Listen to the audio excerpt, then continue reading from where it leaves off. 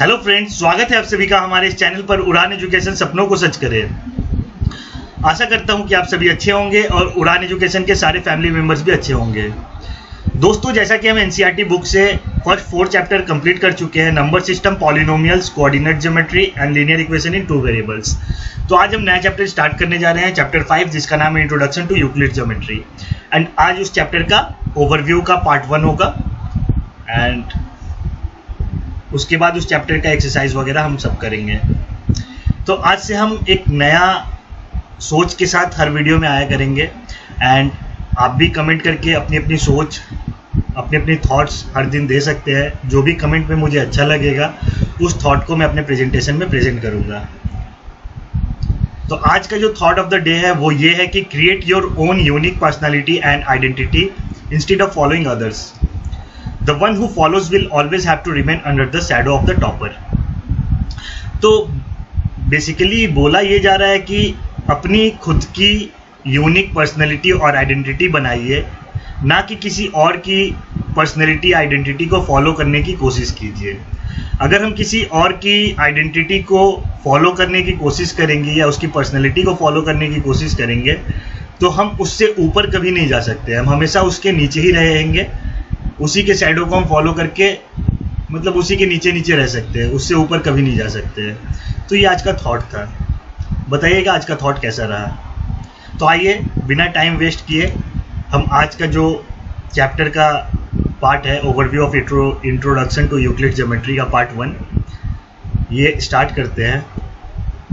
तो दोस्तों, जैसा कि मैंने कोऑर्डिनेट ज्योमेट्री में आप लोगों को सबसे पहले पढ़ाया था कि ज्योमेट्री क्या होता है, उस चैप्टर में मैंने आपको बताया था कि ज्योमेट्री क्या होता है। A branch of mathematics that deals with the measurement of points, lines, angles, surfaces etcetera. एक ऐसा मैथमेटिक्स का ब्रांच जो कि पॉइंट्स, लाइंस, एंगल, सरफेस, इन सारी चीज़ों को मेज़र करता है, उसको हम ज्योमेट्री कहते हैं। तो आज जो हम पढ़ रहे हैं यूक्लिड ज्योमेट्री का, ठीक है, उससे पहले जैसे कि हम ज्योमेट्री के बारे में जाने, उसके बाद हम क्या जानेंगे कि ज्योमेट्री का ओरिजिन कहाँ से हुआ था, कैसे हुआ था, ज्योमेट्री की शुरुआत कैसे हुई थी। तो देखिए, ज्योमेट्री की शुरुआत कुछ इस तरीके से होती है कि पुराने ज़माने में इन एंशिएंट सिविलाइजेशन क्या होता है कि बहुत सारे लोग, उनको बहुत सारी दिक्कतें आती थी, प्रॉब्लम्स आती थी। उस प्रॉब्लम को सॉल्व करने के लिए ज्योमेट्री की ओरिजिन होती है, शुरुआत होती है। लैंड मेजरमेंट प्रॉब्लम किस तरीके की, तो लैंड मेजरमेंट की प्रॉब्लम, मतलब किस तरीके से लैंड को हम मेजर कर सकते हैं। क्योंकि ज्योमेट्री का मतलब क्या है, जियो का मतलब होता है अर्थ और मेट्री का मतलब होता है मेजरमेंट। तो अर्थ को किस तरीके से मेजर कर सकते हैं। तो बेसिकली इस तरीके की प्रॉब्लम आती थी।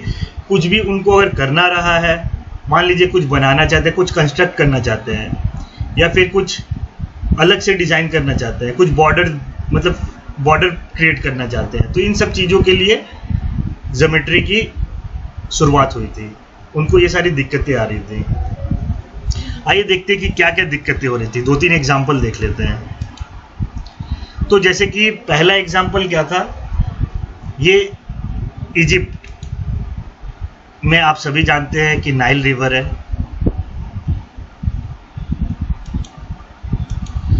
तो नाइल रिवर में जब भी फ्लड आता था उस टाइम, पुराने ज़माने में, एंशिएंट सिविलाइजेशन के टाइम, तो उस टाइम क्या होता था कि जो भी आसपास के घर रहते थे वो मतलब तहस नहस हो जाते थे उस बाढ़ के वजह से, फ्लड की वजह से।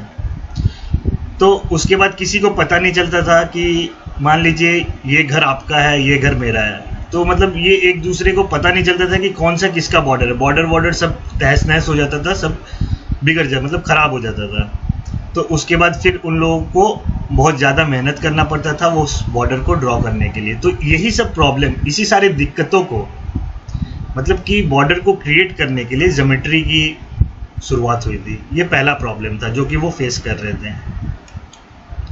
दूसरा प्रॉब्लम कि ग्रैनरी आप सभी जानते होंगे, गांव में गए होंगे तो देखे होंगे किस तरीके से, मतलब ये अनाज वनाज इसके अंदर रखा जाता है, ठीक है।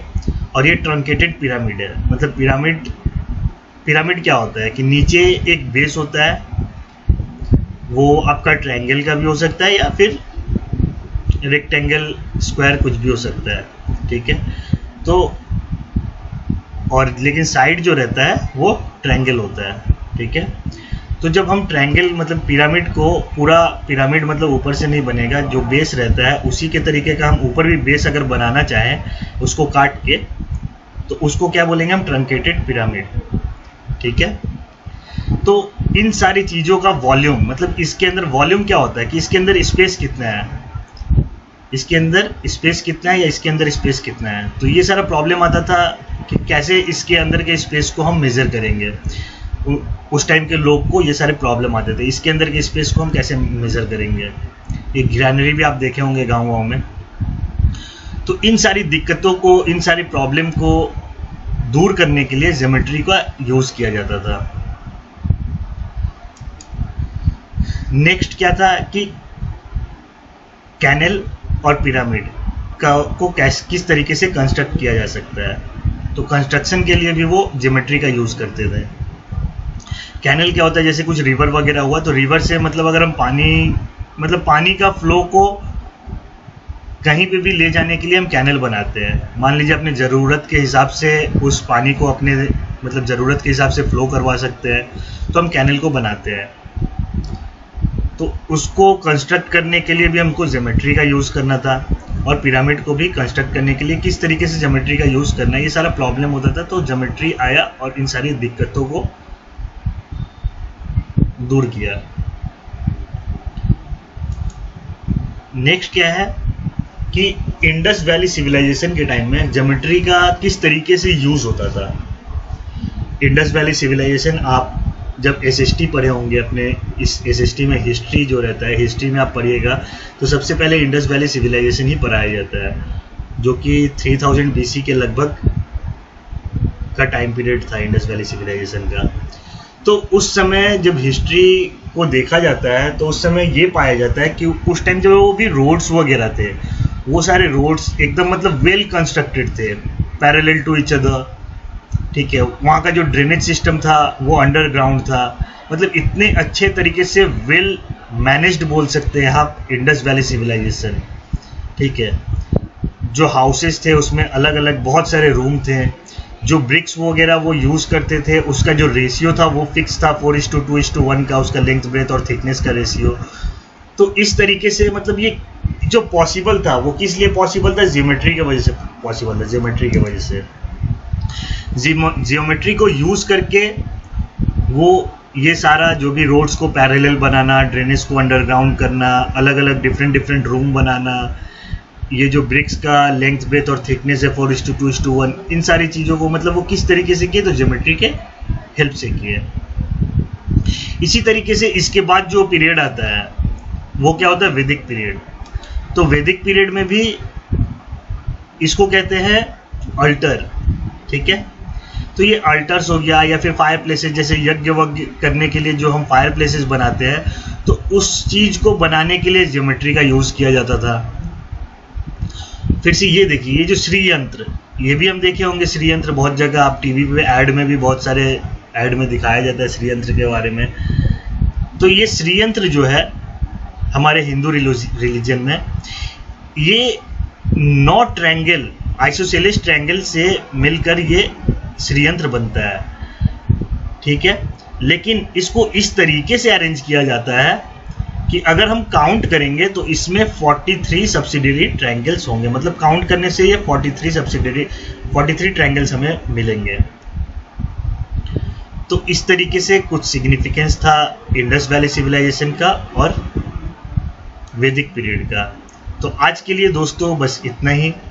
आशा करता हूँ कि आज का जो पार्ट 1 था आपको मतलब ज्योमेट्री की शुरुआत कैसे हुई, ज्योमेट्री होता क्या है, उसका सिग्निफिकेंस क्या था इंडस वैली सिविलाइजेशन में, वैदिक पीरियड में, तो ये आपको समझ में आया होगा। नेक्स्ट क्लास में हम सेकेंड पार्ट के साथ आएंगे, उसमें हम आपको बताएंगे कि यूक्लिड किस तरीके से ज्योमेट्री को एक अलग पहचान दिए, और उसके बाद फिर हम पढ़ेंगे एक्सियम के बारे में, पोस्टुलेट के बारे में, एंड फिर एक्सरसाइज पे हम आएंगे।